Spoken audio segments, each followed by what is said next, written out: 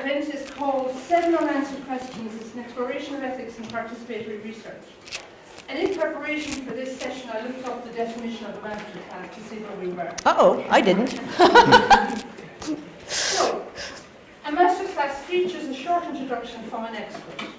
Well, I reckon we have that. It's followed by question and answers with participants, concluded with informal networking. We can do that. The masterclass differs from a public lecture in that the participants are selected and invited to attend. It's an interesting interpretation. The participants can sit around the table with a high-profile expert and have a face-to-face discussion rather than sit in a lecture theatre. And we have that. So therefore, it's my great honour and pleasure to introduce you to Professor Mary Brydon-Miller. It is true to say that Mary has been a true friend of our Action Research Colloquium.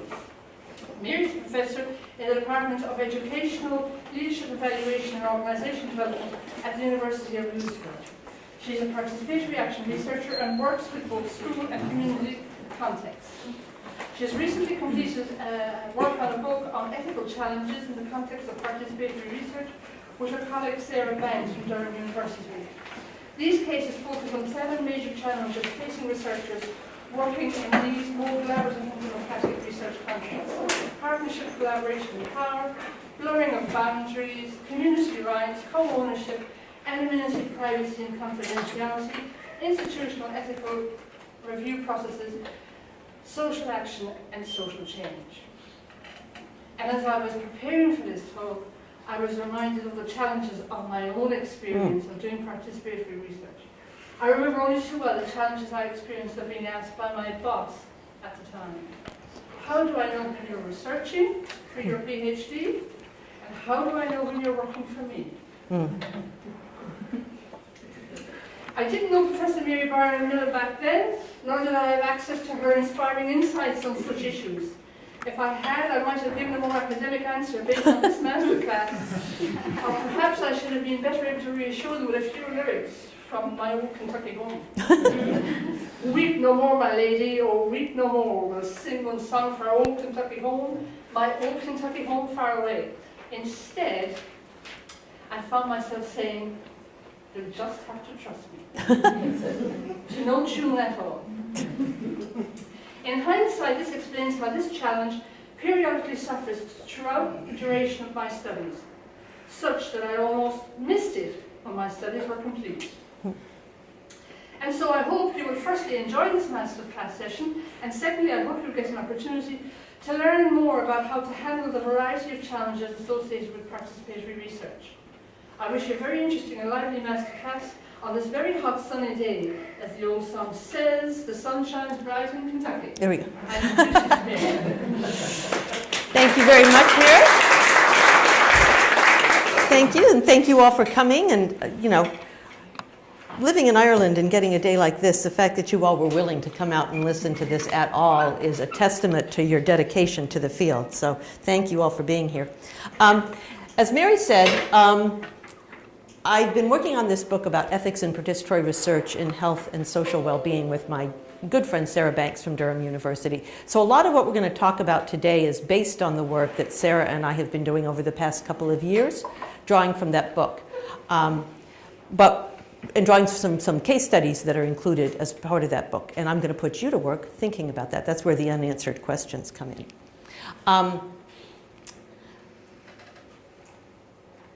Let me start by putting you to work right off.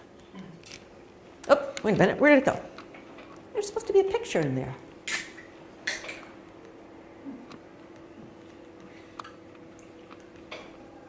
Okay, well this is supposed to be the picture, so we'll just start with this. I don't know how it got out of place. So, my friend Meghna Guhartakirta, who is the Director of Research Initiatives in Bangladesh, does a lot of work on women's empowerment in Bangladesh, has for years. And she actually wrote one of the chapters in the ethics book. And in that chapter, she talks about an incident where one of the researchers with RIB, her organization, was doing a workshop in Bangladesh about women's empowerment and specifically about gender-related violence against women. And as the facilitator was looking at the audience, she realized that in the audience was a young woman and the young woman's parents the young woman had been a victim of violence, sexual violence, and two young men who had been accused of the crime but had not been apprehended, hadn't been dealt with. And the facilitator learned that the parents of this young woman wanted to confront these young men in the context of this workshop. But the facilitator was concerned about their well-being and if they would be, safe in doing that. So my question to you, and what I want you to do is take a minute and just write down your own thoughts about it, and then, with other people in your row or nearby, I want you to take just a couple minutes and think about, first, what questions would you be asking yourself as the facilitator? And second, what would you do if you were in that moment? And one of the things you'll find about action research is this isn't something we can kind of plan ahead for the emergencies that we encounter. They kind of come at us suddenly and unexpectedly. So that's basically sort of the situation that this person encountered. So the question to you is, given the details that I've given you, what kind of questions would you be asking yourself, and what kind of decision do you think you might make in responding to this situation, right? So, part of what you'd be asking yourself in this context is, we need to know more about what's going on before we can really act, and sort of maybe trying to sort of play for some time to try to figure that stuff out. Yeah? And I was wondering as well, was it a forum where there were other victims and other... That's a good question, yeah. We said, was it a community neighbourhood thing where victims were known and accused were known in the community or something like that? In that context, you could completely different flavour to it. Right. So really having some more information about that. So you need more information about what the objectives were in it. Well, let me ask you all sort of a more general question about sort of the ethical issues involved here. It was pretty clear, I think, in this context that the family of the young woman would be putting themselves at risk by raising this in that context. Do you think they have a right to do that? To put themselves at risk? Well, to put themselves at risk, but they make decisions on behalf of their daughter as well. Yeah, okay. Mm-hmm. So risk versus resolution is something, so the damage has been done already. Well, yeah, but damage can be addressed is too. Is going to make more damage? That's a good question. Or is it going to lead to some kind of resolution? Yeah, right. So, and this had been known apparently, and these young men had not been arrested because they came from fairly prominent families in the community, so that wasn't going to happen, apparently. So, it may be that, like, that question of risk versus benefit that we look at when we look at ethical questions is one that sort of comes, they want to take that risk, but at what cost to themselves and with what possibility that there is any benefit involved for them or for other young people in that community. Yeah. Probably depends on the scope of the workshop. Yeah. Well, I'm going to answer one question. I'll tell you what happened in this instance, and then that's it. No more answers. So what they decided to do, Magna said, was to put the issue in a more sort of general, less personal kind of context. So they raised the issue, but they didn't name anybody and they didn't kind of call people out.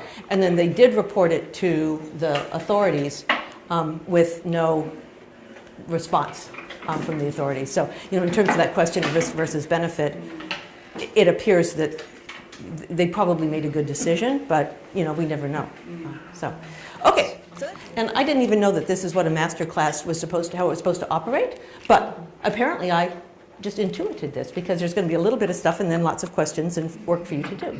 So what I thought I'd do is give you some frameworks for thinking about how to address ethical questions in the context of doing participatory research. And then we're going to look at a number of case studies that raise issues related to ethics, and I'll ask you to sort of think as you did with this one about what might you do in that context, okay?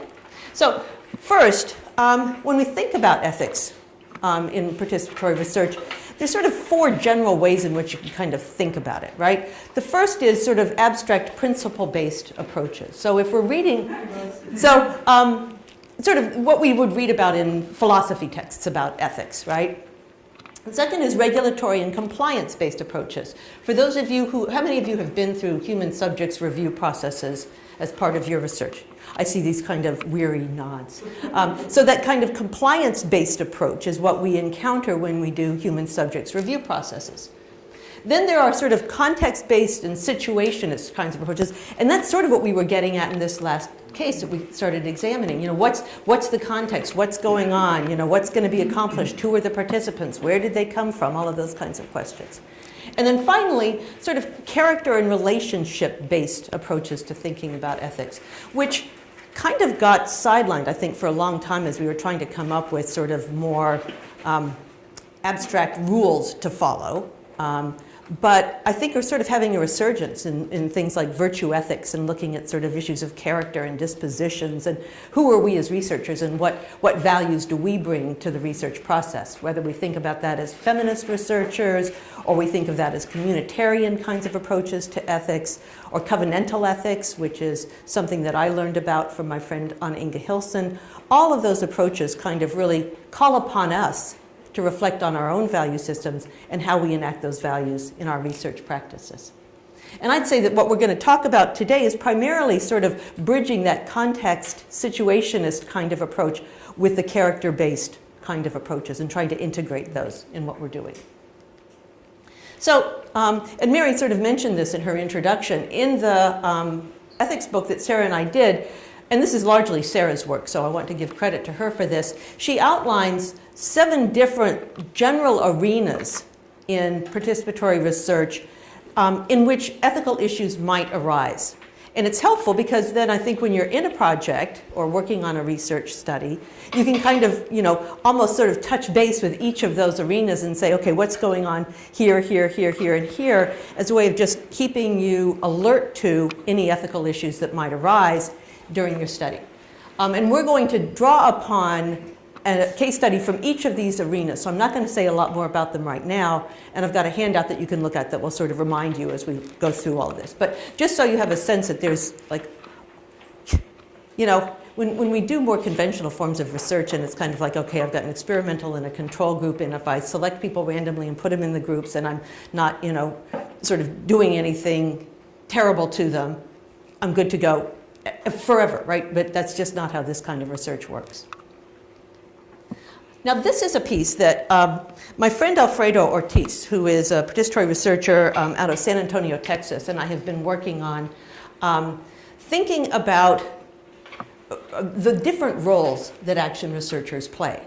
Because again, you know, unlike more conventional forms of research where you just are a researcher, that's your job, right? You sort of decide on what the research question is. You decide on how you're going to collect data. You collect data. You analyze data. It's pretty well defined and contained. But action researchers play a multitude of different roles, depending on the context, depending on the communities they're working in, depending on the problems they're trying to resolve. So you could be doing anything from being a community organizer, to being a provocateur, to being a disseminator, to being a cartoonist, or, you know, there's a whole range of things that you might be doing in any given moment. And each of those roles carries with it a different set of ethical demands. And what I've started really thinking about and sort of wrestling with is what happens when those ethical demands, depending on the role, are in conflict with one another, right? I'm working on a project right now dealing with sort of genetic screening and reproductive choice with a group. It's a project on disability rights and sort of looking at, you know, what will the implications of genetic screening be in terms of different kinds of groups of people with different forms of disability, for instance, individuals with Down syndrome. There's a good likelihood that individuals with Down syndrome may no longer be born in parts of the world where genetic screening is very common, and people choose to terminate those pregnancies. So you have this tension between, you know, the reproductive choice on one hand, and, you know, this is something I know you all have been debating a lot in Ireland recently, based on the referendum. And on the other hand, the idea that, you know, human lives have value, and that, you know, My friend Esther, who's part of this project, who has a genetic disorder, she has spinal muscular atrophy, is talking about people like her no longer existing. And what does that mean for us, not for just those individuals, but for us as human beings? So there's some real tensions. And one of the tensions is around my role as a researcher versus my role as an advocate. And how am I negotiating those roles? And even within our own group, we've seen tensions arise where some of us are taking our advocacy role sort of as the primary role, and others of us are taking the researcher role as the primary role. And we've been having arguments even in our own research team, much less going out and trying to tell people in the rest of the world what they should do. So all of this is very real and concrete kinds of issues. It's not just something happening, kind of an esoteric question that we would raise. They're very real on-the-ground questions that we confront in the work that we're doing. So this is something that Alfredo came up with. We had talked about sort of different kinds of roles that action researchers might play. And he sort of played with that a little bit and thought, well, there are different realms that we could locate all of these different roles within. So there's the role of the traditional researcher, right? You've got experts, you've got traditional researchers. A role of emergent design, a role of dynamic sense makers, a role of advocacy, and you can see how many different sort of aspects of advocacy are included. And then a realm of relators, sort of, things like and I love corridor walkers, coffee makers, cultural navigators, all of the things that we do that probably don't get recognized as research activities, but are fundamental to the success of participatory research processes.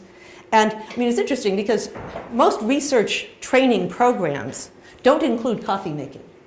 I just learned how to make coffee at Adele's house earlier today, and I can tell you it's a really necessary skill because we had to look it up online to figure out how to use the machine. So, but it's a really important skill, and just, being there, facilitating conversations.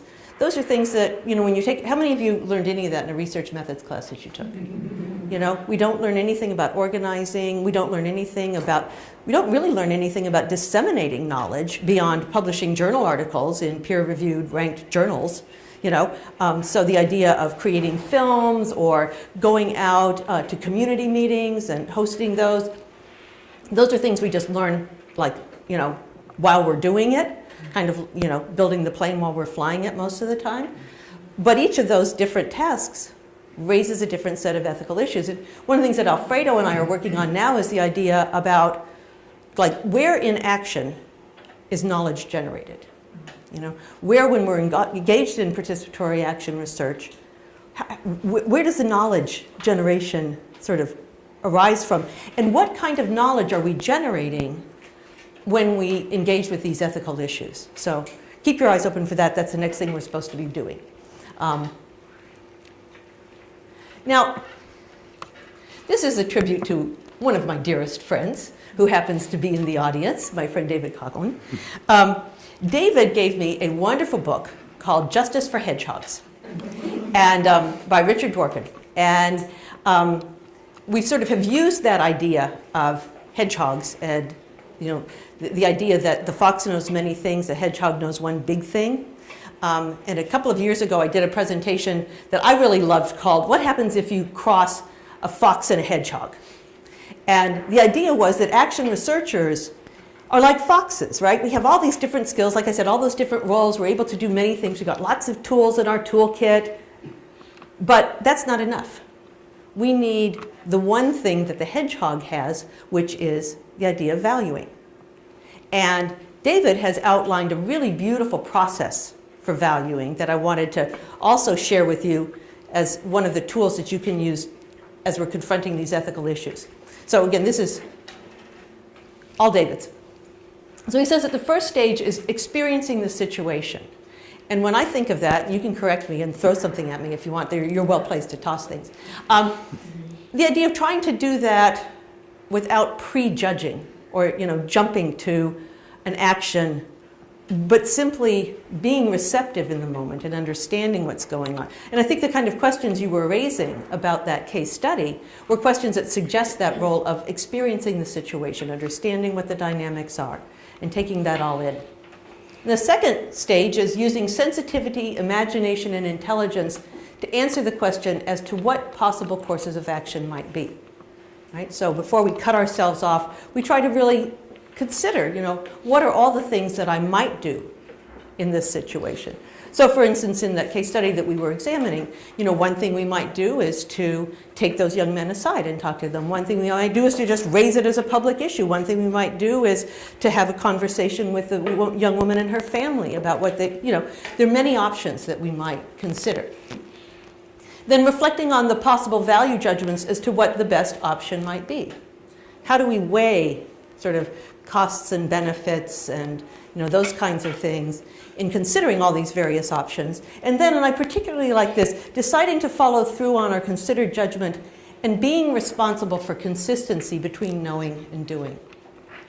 My friend Anna Ingo, who is the person who talks about covenantal ethics, talks about the unconditional responsibility and ethical demand to act in the best interests of others. And it's that consistency between knowing something and choosing to act that I think is, sort of the primary requirement for participatory researchers. So say goodbye to the hedgehog. So, do they have hedgehogs in Ireland? Yeah? Oh, that's good. We don't have them. We have porcupines, which are much less adorable than hedgehogs. So, as I was thinking about these cases, I thought it might be helpful to think about, well, what are some general questions you might ask yourself? I said that one of the things that you want to do is to think about what questions come to mind as you're looking at these cases. So these are some of the questions that I came up with. This is obviously not an exhaustive list, so you should feel free to sort of generate questions of your own, and I'll be interested to add to this list if you have other suggestions.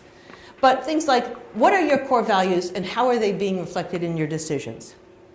Some of you may know that, over the past several years, I've developed a process called structured ethical reflection that can be used both by individuals and by groups to try to identify what our core values are and then track how are those core values being enacted at each stage of a research process. So using something like structured ethical reflection in order to really get a handle on what our core values are, and then thinking about how am I making that value real and concrete at each stage of my research process is what this is getting at. What roles are you playing? And this gets back to that whole role idea. And how does this inform your action? Are you in this moment acting as an advocate? Is that different than if you're acting as a provocateur or mediator or facilitator? All of those roles are going to require a different set of ethical sort of calculations. Who's involved? What relationships do they have with one another? Where's the power? I think as we look at these case studies, you're going to see that power differentials and hierarchies are always present and are always going to influence sort of how ethical decisions play out in a research process.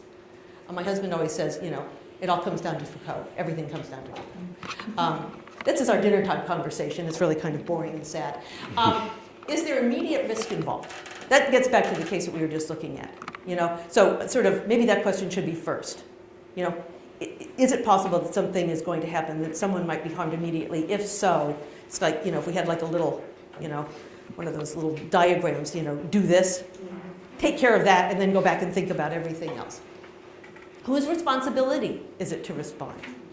I think a lot of times as researchers, we assume that everything is on us, and that's a little bit arrogant, really. We're working in a group, we're working in participatory sort of ways. Maybe it's actually better that someone else deals with this. Did you have a question? Yeah, I was going to ask, because you were asking questions that were being raised during our discussions. I suppose one of the ones that we have been thinking about is basically, some other groups have talked about, what's the purpose of this, what are the different individual participants' purpose of roles in having that session. Going back to one of your comments about, what are the risks involved, and can the person take on the risks, in terms of disclosure and confrontation and everything else. And to be honest, it shouldn't be actually the researcher or facilitator to decide it on behalf of the women involved, because if we understood gender violence or sexual violence, is that their autonomy was already taken away from them during that act. And if you have a facilitator who are already going to decide on behalf of them, these are the risks and you shouldn't be taking them. I mean, it would be like a very standard, again, sorry for going back to the principle of ethics, is that, you inform, as risks can be managed and can be overcome as long as the person is informed. And so when we talk about the process of valuing, then, can we treat people that we facilitate workshops with or people we do research with, I mean, they are our co-researchers. Right. So they have as much right to decide on the course of what we do. Right.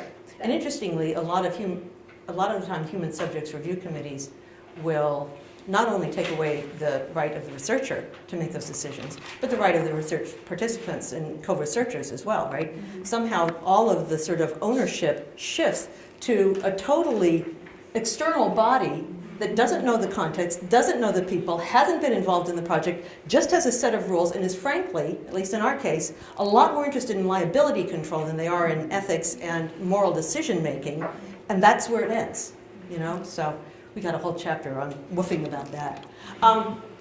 So whose responsibility is it to respond? What obligations or commitments do you have to the participants, right, that you've made? What's likely to happen later? I mean, this is an interesting one, I think, because a lot of times we talk about creating a safe space within which our research practices can operate. But what happens when you're not there anymore? I think a lot of times we sort of live in the moment, within sort of whatever process we're facilitating, but you're going to leave in all likelihood. Maybe you're an insider, maybe you stay in that context, but oftentimes we're there for a time and then we leave. What happens after that? And what are the impacts that we sort of, what do we leave behind that may create problems? What are the larger impacts of potential actions? What happens if you do not act? I think a lot of times we feel like, gotta do something, Well, what happens if you don't? Sort of consider inaction or putting things off. And finally, if there are competing values or interests, what I mentioned earlier, what's most important? How are you going to sort of weigh those competing interests in reaching some kind of a decision? And that is a researcher who comes out of the work of people in Denmark who work with an action research process called critical utopian action research, which if you haven't encountered it is really interesting. And they use their basic sort of methodology is something called future creating workshops. And so Annette was using a future creating workshop process in her work with nursing homes in Denmark. And in this case, what she describes is she's been asked to work in a nursing home together with the management, the employees, and residents of this nursing home. And the basic sort of goal of the research is to improve the quality of life for residents and also to deal with the stress that employees who work in the nursing home are confronting. So they set up a future creating workshop and they invite the employees to come. There had been some questions about getting residents to participate, so this was sort of focused primarily on the residents, although there were attempts to get some resident sort of input. But initially it was sort of the employees. And even with this sort of research question defined, what ended up happening was that a small group of employees started focusing the discussion. And the way the future creating workshop works is you have like an initial phase that's a critique phase, and you talk about everything that's wrong with the situation. And then you have a utopian phase where you try to really think expansively about, if there were no resource barriers and no holds barred, what could we do? What could a perfect nursing facility look like? How could it really enhance the quality of life for residents? And how could the employees, you just try to think, as blue sky as you can. And then the final phase is, okay, if that's where we really want to go, what could we do concretely to try to begin to get there? A realization phase. Very powerful process. So they have this group of employees talking about this, and one small but apparently fairly vocal group of employees starts offering suggestions that the researchers themselves think are rather dystopian. Things like, all residents should be in bed by 8:30. Because then we can come in and clean up before the night shift comes in, so it'll make our lives easier, right? Or for cleaning purposes, residents, we want to develop a pamphlet to go to families and residents that says, you can't put shelves on the wall because it makes cleaning harder for us. So no personal objects in the room because that's going to make our lives harder. No pets because that's going to make our lives harder. And, to their credit, it was supposed to be about both resident well-being and employee stress, and they're just kind of, leaning in one direction there. So the question is, if you're trying to facilitate this process, and you're in the middle of an action research process, participatory process, and the participants seem to you to be sort of going off the rails, in the wrong direction, and defining what you think of as, in fact, really unhelpful and, disturbing ways of addressing the problem, what are you going to do? The other point was that the residents aren't necessarily able to be as articulate. Yeah. A lot of them maybe because they're elderly, they may be deaf, and they have also some disabilities, so they're not able to engage in the way that the staff can. But that's one of the issues that you'll see coming up in a couple of these cases is the whole notion of vulnerability and what that means when we're doing research, in community groups with people who might be older, people who might have, various kinds of health issues. One of Geraldine's cases that we're going to get to two of Geraldine's cases are in this book, and one of them deals with people who are considered to be vulnerable, but are necessary, or their input is absolutely required, but not allowed. And you see that happening a lot with groups with disabilities, with children. The number of groups who end up getting excluded is huge. And my contention has always been, every human being has the ability to contribute to knowledge generation processes. It's our job to figure out how to make that happen. So in this instance, how could we, you can do things like, just put a lot of things in a room and see what people gravitate to. It doesn't have to be a verbal kind of thing. There are lots of more creative ways that we can engage people's knowledge than just, doing interviews or focus groups and things like that require a certain set of skills and abilities. Other comments or thoughts about this one? Yeah. I think in that situation, though, an action researcher has to be very cognizant of the risk to the vulnerable. So say, for example, that resident in a group with nurses, if he feels that he's being critical or criticizing, that putting him at risk. That's right, and that gets back to that question of what happens when you're no longer there, right? Some of my friends who come out of the same research group talk about creating a safe space, for challenging kind of positions to be raised. But my question has always been, well, yeah, and then what? So I think that's a really important question. And, there are ways to do that too, where people don't have to identify themselves with the critique. You can have processes where people sort of are, writing things on Post-it notes and you're just creating a concept map so nothing gets or you can just say employees, and this is one of the things they do, this Roskilde group, is a lot of times the managers aren't allowed in. Which always makes them sort of fussy and want to sort of peek in the window. But, the idea is, we're going to bring forward a set of recommendations and observations that represent the group, but none of it can really be associated with any one person, so there's sort of some safety in numbers associated with that. So, sort of thinking about how are we going to manage this. Just a comment in the work that I just finished, we had a similar situation was about nursing assistants not having a voice in one particular unit. And when I invited people to join the group, it was all registered nurses and only one nursing assistant. And in the opposite unit, I had 2 units, just to complicate it, there was all mostly nursing assistants.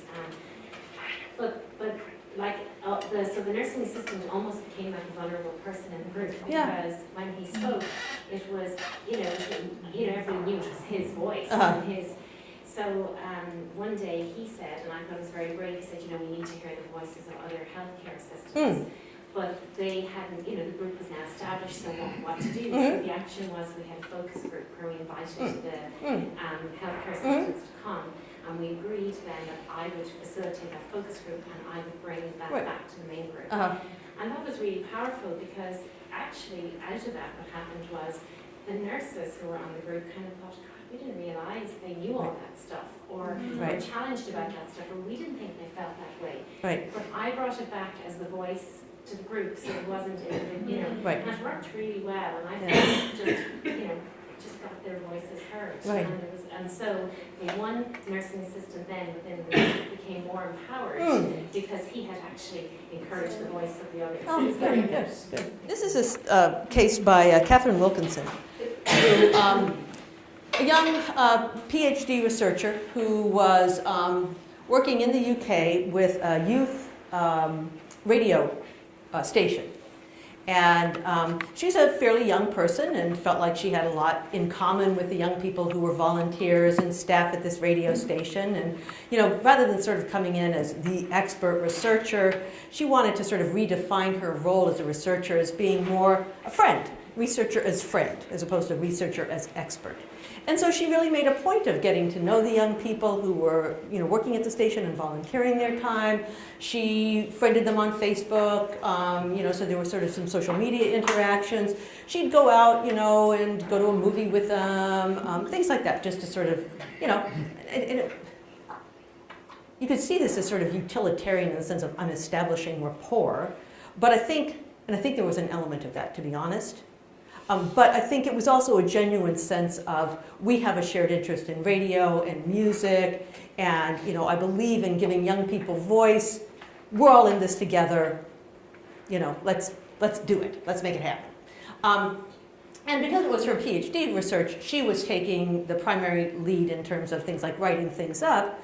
But a lot of the data collection, the young people were involved in like doing a listener survey, and she was providing them with some training in doing research. Right? So one day, one of the young people comes in and is sitting down talking to her, and is talking about their depression, sort of having experiences of depression, and how being part of this radio station has really helped. And she kind of stops and thinks, what do I do with that? And she said, and I love some of these cases because people are so honest about, their own foibles. And my first response was, ooh, good data. And then, her second response is, what do I do with that? And then she says to the person, are you telling me that as a researcher, or are you telling me that as a friend? And the young person says, well, I'm telling you that as a friend, but you can use it in your thesis if you want. And as a result, she really began to think about, was I wrong? Is the whole basis of my dissertation wrong? Is this all in error? Should I have befriended these people? Or the confusions and role conflicts just really sort of untenable here? Am I getting young people involved in this research basically to sort of suit my own ends and befriending them so that they're unclear about, what the sort of role boundaries are? A friend of mine, Tom Newkirk, wrote a piece years ago called Seduction and Betrayal in Qualitative Studies in Literacy. If you read nothing else about research ethics, Tom's piece is absolutely required reading. Because he talks about, his name is Tom Newkirk, and it's called Seduction and Betrayal in Qualitative Studies in Literacy, or something like that. It's in a book by Peter Mortensen and Giza Kirsch. But he talks about how, and he's talking about qualitative research, but I think it's even more true for us, those of us who are doing participatory research, sort of research as a process of seduction. And if you think about how you're trained to do research, qualitative research, how are you trained to do interviews, right? We're trained to make eye contact with someone, to nod, to use our body language so that when they say something to us, they feel that their ideas are deeply valued. And we're nodding, and they're just spilling their guts, right? It's like, I'll tell you anything. And then, that's the seduction part, obviously. And then the betrayal part is, we take all of that, and we decide, well, she said this, but she's obviously crazy. And, so we make up stories about this person. Maybe we take it back for member checking, but even then it's kind of like, well, you say that, but I say this. And I'm giving you a pseudonym to who even knows who the hell you are. And I'm getting my PhD here. So, all of these problems about, that Catherine is running into with, has she seduced these young people through her friendship to be more forthcoming than they might have been otherwise? And what should she do?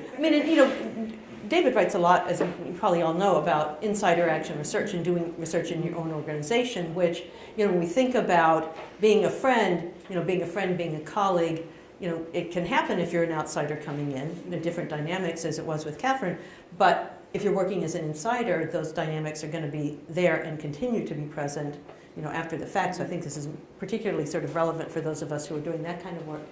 Other thoughts or contributions you want to make before we get into the next one? Yes, sir. The person's a manager and said, are you telling me this as a manager? If so, I have to do something about it. Or are you telling me as a researcher where I can say, interesting data? Right. And the response was, I'm telling you. That's a good point. If you have a struggle about which hat you're wearing, that's your problem. Yeah. And it's funny because, sometimes my students will say to me, when I say, when we're doing this ethical reflection, they say, well, you're talking about my personal values or my researcher values. And I always say, if those are different, we got a problem. What does that say if, I'm defining my core values differently when I'm wearing my researcher hat as opposed to my manager hat as opposed to my, friend hat or whatever. I don't think we're going to get through all 7 of these. I do this to my students too. I always think, we can do all of this. So I'm going to skip forward here. This is one where I was interested in doing action research to develop palliative care practices for people with advanced chronic disease, basically. And that was quite new at the time. And I had this image in my head that I would bring the participants together with staff, with nursing staff, and that we would all work together in a cooperative inquiry group. That was my image. But when I went before ethics board, I had the pleasure of being the first and only, as far as I'm aware to this day, the first person to get thrown out of the ethics committee. The application. And I remember my supervisor phoning me to tell me, and I could hear the concern in her voice, and I said, well, what's the problem? But anyhow, to cut a long story short, their problem with it was that I was bringing in patients who were effectively dying, and therefore they're extremely vulnerable, and I shouldn't be bringing them in. And they had an enormous problem with this. Now, the fact that these patients are expected to take part in clinical trials and whatnot is neither here nor there. So the compromise was that I would just have a nursing inquiry group, and that there would be, as Mary had said, did you say Mary? Somebody was saying earlier about returning to the patients, as a group at a later point and asking the questions. And so I agreed to use a survey form, quality of life survey form for the patients. And with the quality of life survey form, when I went with them, I couldn't ask those questions. So getting washed and dressed makes me feel breathless. One of the questions on this quality of life form. I would get stories. Yes, they wanted to tell a story. They wanted to tell me what it's really like getting washed and dressed and how they know whether it's going to be a good day or a bad day for them. And that, for me, was really important. So that was incorporated into the research. So we kind of circumvented the ethics board, ethics committee in that way. And that's the story. That's what happened.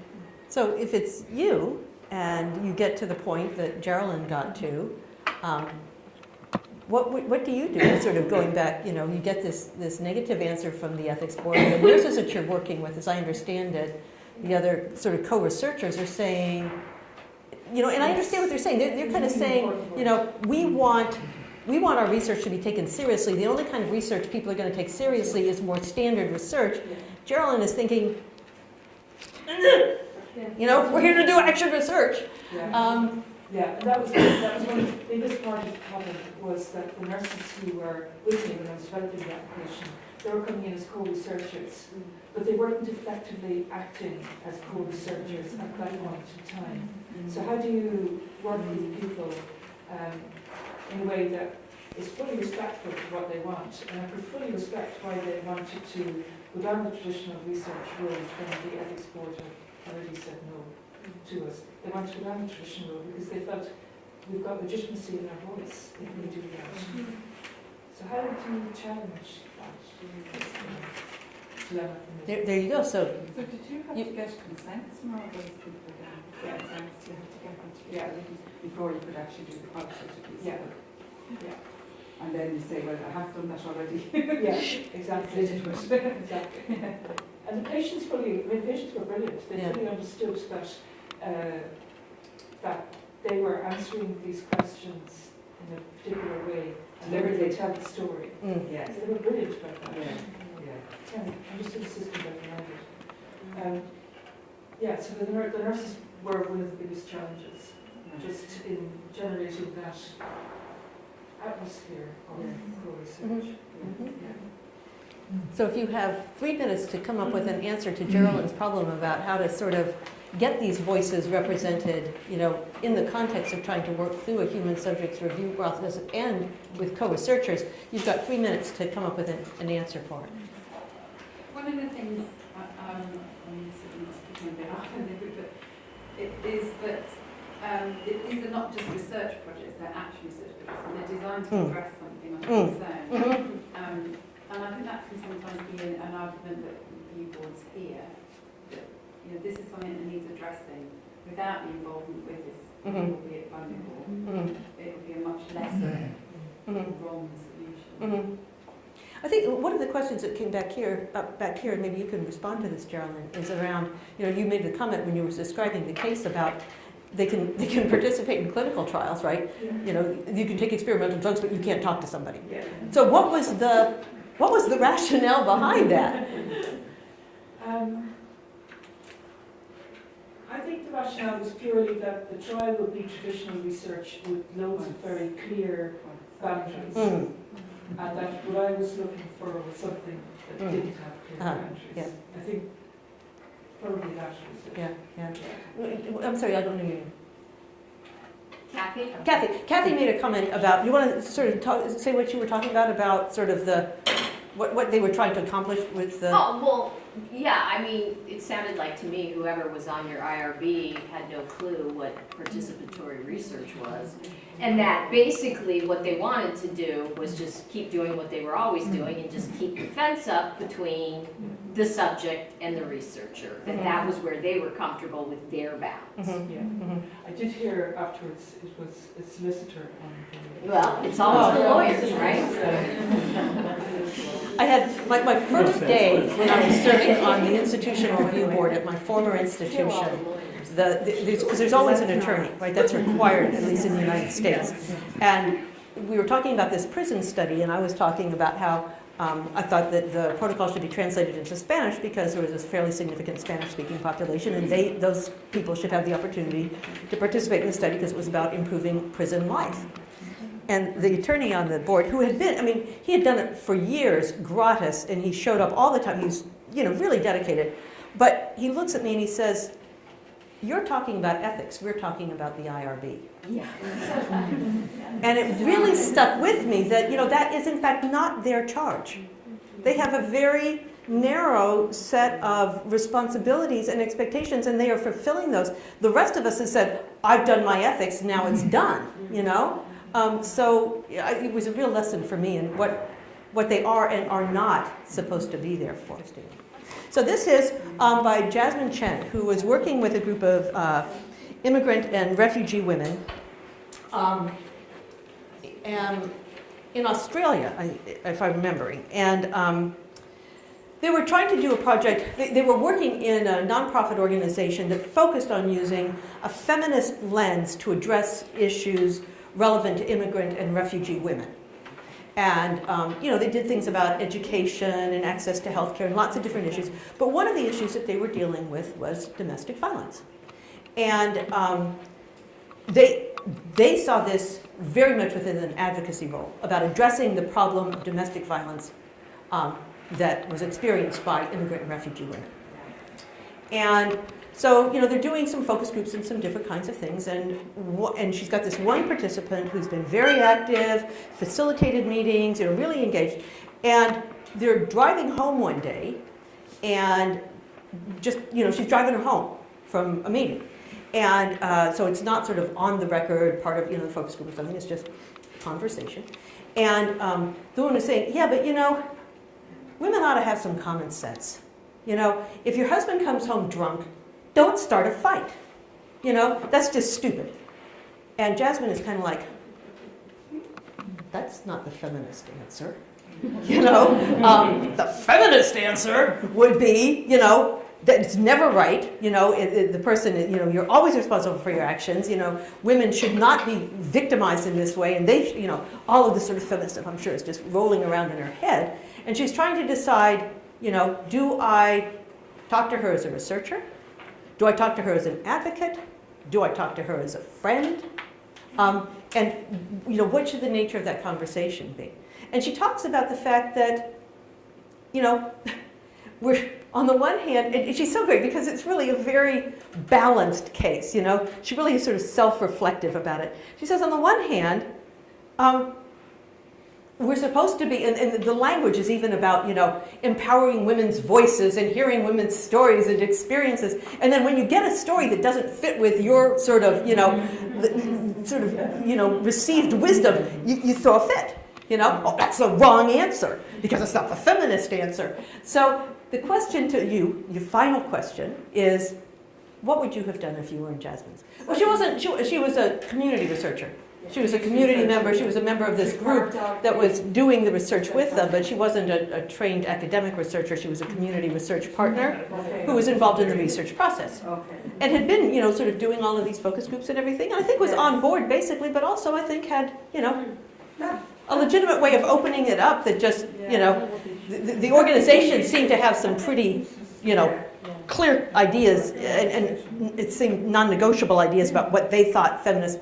But like I say, to Jasmine's, credit, she engaged in that process of reflection and really questioned herself in that moment, which is, I think, all any of us can do, right? We get in these situations, we respond as best we can, and then hopefully we go back and think about it and write about it and share, both our successes and our failures. That's, sort of the best we can do. Did you have a question? Okay, well, in that case, it's just about 5:30. I am going to say thank you all very much, and have a good evening.